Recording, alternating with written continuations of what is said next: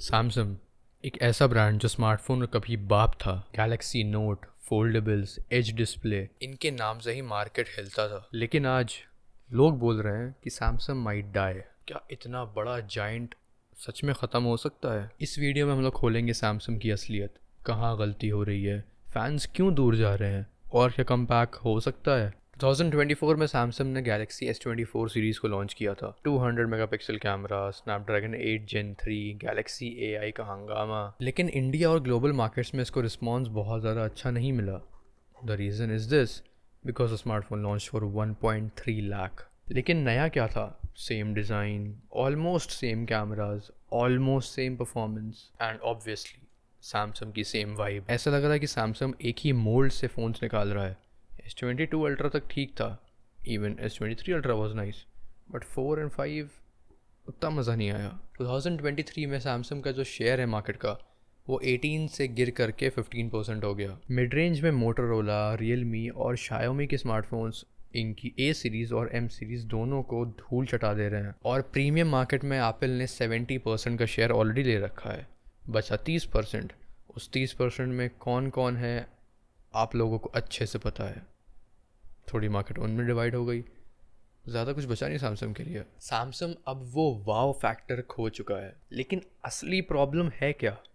Reason number 1 is this, drought of innovation. पहले Samsung हर साल कुछ ना कुछ बड़े बड़े धमाके करता रहता था। कभी सैमसंग डेक्स, कभी सैमसंग का note series and the foldable smartphones. But the foldable smartphones have lost their charm and note series का तो। Reason number 2 is pricey phones and low value. Samsung के फ्लैगशिप्स ऑलमोस्ट एप्पल के बराबर cost करते हैं इस time पे। But S24 ultra याद होगा आप लोगों को, नया फ़ोन इस वक्त 85,000 के आसपास का मिल रहा है। सो यू कैन सी कि ये लोग एक साल में कितना ज़्यादा प्राइस ड्रॉप कर देते हैं। कंपनी खुद ही प्राइस ड्रॉप कर देगी तो रीसेल वैल्यू कैसे होल्ड हो पाएगी? ऑलरेडी एक साल के बाद रीसेल वैल्यू जब होती है स्मार्टफोन की, वो 50% से कट हो जाती है एक साल में। मिड रेंज में भी सैमसंग कोशिश करता है A सीरीज़ के साथ और M सीरीज़ के साथ, जो दोनों ही, भाई क्या ही बोलूँ, मतलब मैं अभी सैमसंग का M56 आई थिंक लॉन्च हुआ था and that smartphone is for 25,000 rupees at that point of time. अभी 25,000 का ही मतलब वो।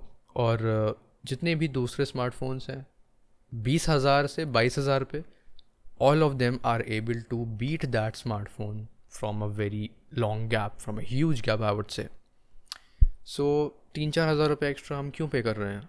ग्रीन लाइन इशूज़ के लिए। वन यू आई बहुत अच्छा है। वन यू आई मेरे पास S21 FE है, बट इस वन यू आई के लिए I am not ready to spend 2-3-4,000 rupees extra. मैं सैमसंग का कोई हेटर वेटर नहीं हूँ, मैं खुद सैमसंग का फ़ोन यूज़ कर रहा हूँ and I am very happy with the smartphones.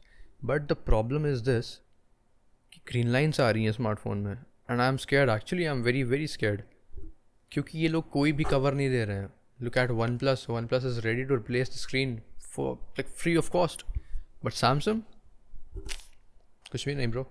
20-40 हज़ार रुपये का आपका बिल बन जाएगा, आपको पता भी नहीं चलेगा। What is this? This is not good. Samsung का गेम वीक हो ही क्यों रहा है? रीजन्स बहुत सारे हैं। बेसिक रीज़न जो ये है, सैमसंग की जो स्ट्रैटेजी है that is not at all good. आप लोग को याद होगा S21 FE जो है शायद 35,000 का था या 40,000 रुपये का था, बट सेल में 25-27 हज़ार का बेच रहे थे। अब जस्ट इमेजिन दिस थिंग कि ये स्मार्टफोन लॉन्च ही 25,000 का हुआ होता, प्रो इसकी सेल बहुत ज़्यादा बढ़ जाती, क्योंकि एवरीवन लाइक जिसका बजट 25,000 रुपये का है वो मैक्स टू मैक्स 30,000 कर देगा। 40 तक कैसे जाएगा वो? बट आपने 40 का फ़ोन 25 में भेज दिया। भाई क्या चल रहा है ये सब? Then let's talk about the S24 Ultra. अगर हम उसको एज एन एग्जाम्पल ले लें तो इस वक्त वो 85,000 रुपये का है। 85,000 हटा दो, आप 90 का लॉन्च कर देते उसे तो भी सेल्स बहुत ज़्यादा बढ़ जाती। That smartphone was launch for 1,10,000 I guess. 1,10,000 और 85,000 में बहुत फ़र्क आ जाता है। सैमसंग का S24 Ultra can beat the iPhone 15 Pro Max in terms of photography, but not in terms of videography. Videography में भी कर सकता है, बट आप लोग को फिर बहुत ज़्यादा एडिटिंग करनी पड़ेगी। अगर सैमसंग को जीतना है मार्केट में, so they have to work a lot on the pricing. Their phones are not value for money. जो M सीरीज़ लॉन्च करी थी सैमसंग ने, वो यही सोच के लॉन्च करी थी कि वैल्यू फॉर मनी स्मार्टफोन्स होने उसमें, बट पिछले 2-3 बार से जो स्मार्टफोन्स आ रहे हैं सैमसंग की तरफ से, in the M series, in the A series, they are really very bad. The last smartphone I remember which I wanted to purchase from Samsung was A52, and that smartphone was launched in I think 2021 or 2022.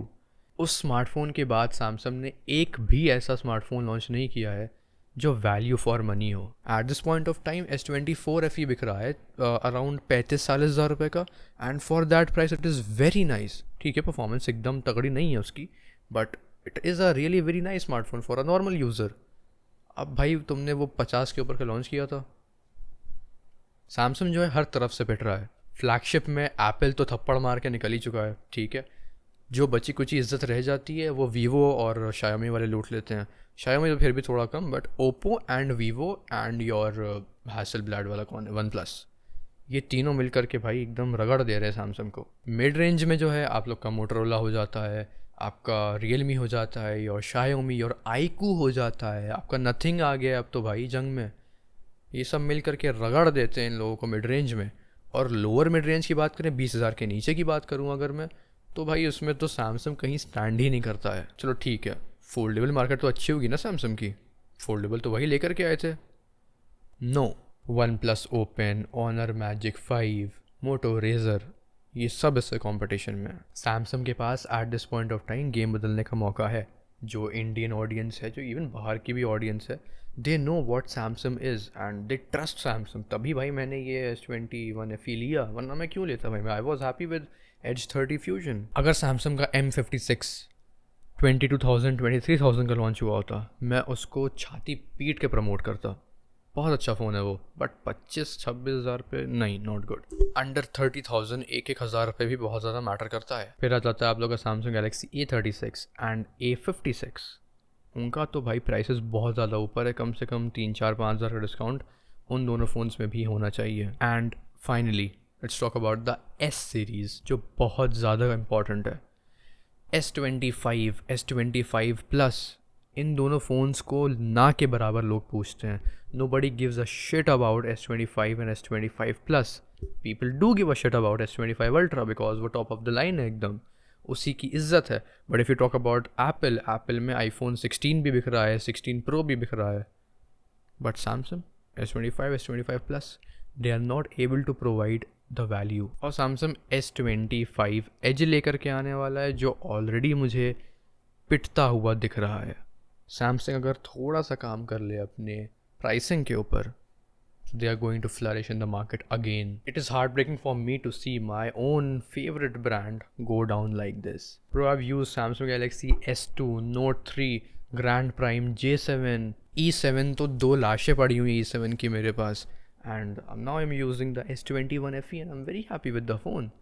But कहीं ना कहीं वो डर green line वाला, it stays in my heart and my brain. At this point of time I feel like कि Samsung जो है अपने customers के बारे में बिल्कुल भी नहीं सोचता है. This is what I think. So yeah, I know it was a very heartbreaking video for a lot of you guys, for me as well. If you enjoyed the video, so don't forget to give it a like, share, comment down and subscribe to the channel. आप लोग को क्या लगता है Samsung के बारे में, मुझे डेफिनेटली कमेंट सेक्शन में जानना है, बहुत खुशी होगी. अगर आप लोग मुझसे कनेक्ट होना चाहते हो पर्सनली, तो आप लोग मुझे इंस्टाग्राम पर रीच आउट कर सकते हैं @TrendsetTech. That's it for this video. I'll see you in the next one.